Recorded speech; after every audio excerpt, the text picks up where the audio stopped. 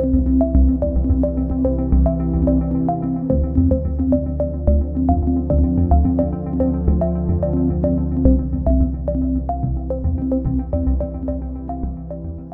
please welcome to the stage, people of sustainable stand up, the fantastic Amy.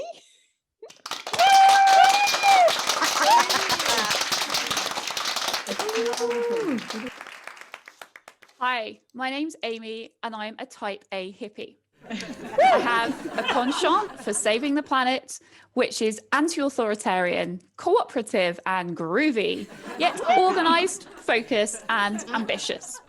Yes. In fact, I have a flower power superpower that channels both my spiritual peace and my 10-point plan for getting myself out of a sticky situation. In fact, my flower power superpower recently saved my life. Well, my dignity. Out of my love of water sports, I brought myself a zip-free wetsuit for a bit more warmth. The problem with socially distant shopping restrictions is that I couldn't try it on in a changing cubicle near helpful dexterous staff. I was forced to try it on in the privacy of my own home. We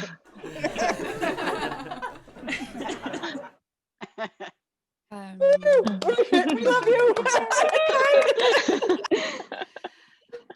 Now, the irony is, you know those moments when you step out of time and you don't know whether seconds, minutes, or hours have passed? Well, last week I was stuck in my wetsuit for long enough to burn my dinner, to set off the communal fire alarm, and to get a concerned knock at the door from the two hot guys upstairs. All whilst trying to do a very good impression of a seal trying to escape from a straitjacket.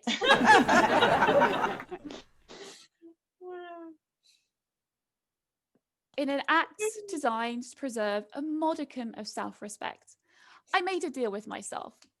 I'd only emerge from my smoke-filled flat once I'd wrestled off the very visible wetsuit hood, which made me rock a look of rosy-cheeked baby rather than sexy surfer chick. Did I mention the guys upstairs were hot?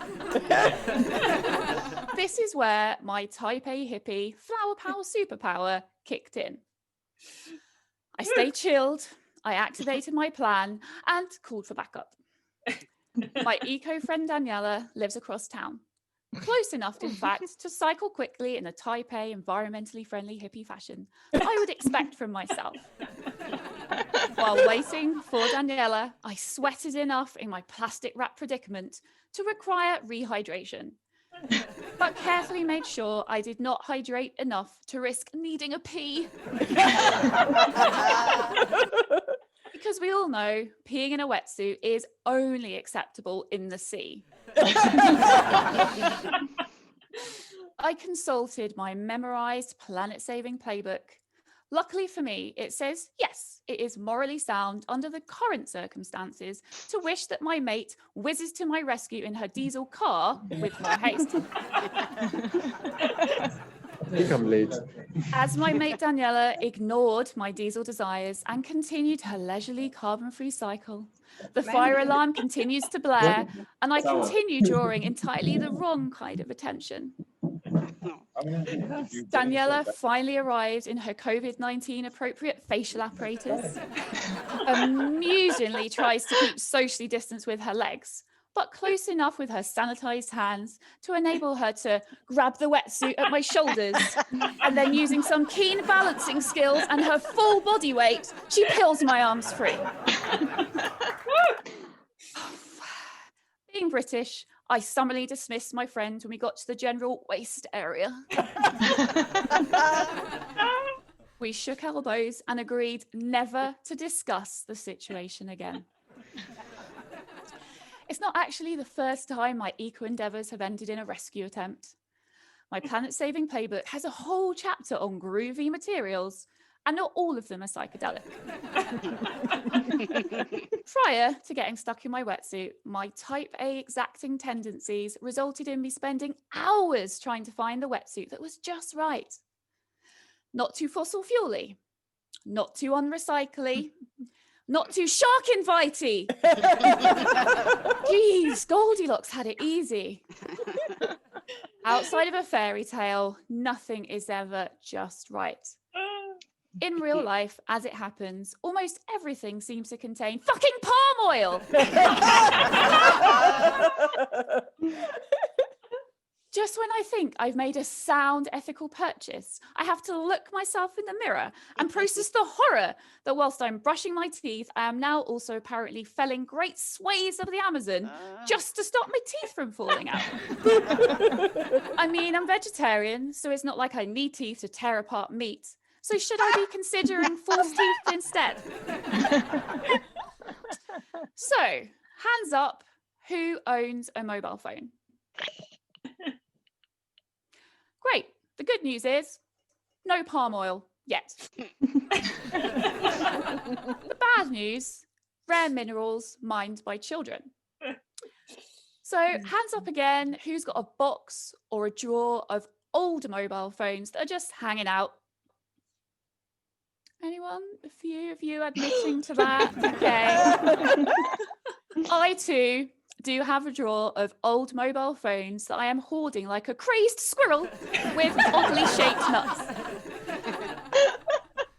That's because I'm waiting for the perfect way to recycle them. But it was never supposed to be that way. I, you see, want a mobile phone that is modular. That means I personally can take it apart, replace the technical bits with new technical bits. So if said bit breaks or needs upgrading, the new bit can go in via my own fair hand. Well, for starters, none of our phones came with a teeny tiny screwdriver to remove the bits, or with a giant magnifying glass to see the bits, or a bungee cord to retrieve the bits from behind the sofa when they go flying across the living room floor. I imagine these dream mobile phone companies who are trying to do the most perfect thing incorrectly assume that we have all of these things to hand, but we don't. Actually, it turns out that my wish list for my dream phone matches that for my dream man. Who knew? Number one, sturdy. The phone can apparently survive a 6-foot drop. Number two, socially responsible. The metals are ethically mined and the plastic is recycled. Number three, easy to replace the bits I don't like. Well, like my ideal man, my ideal phone isn't so easy to find after all.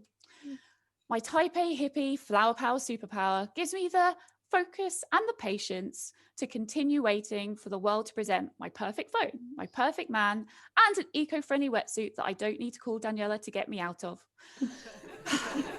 So you see, I believe a bouquet of fabulously functioning, sustainable options, which are just right for everyone, are just around the corner. So let's keep demanding them. Peace. Thank you. Good night.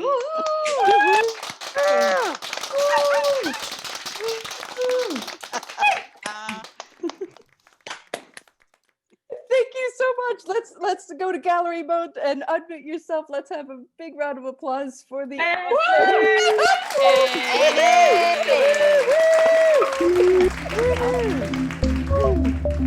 you guys so much. Cool.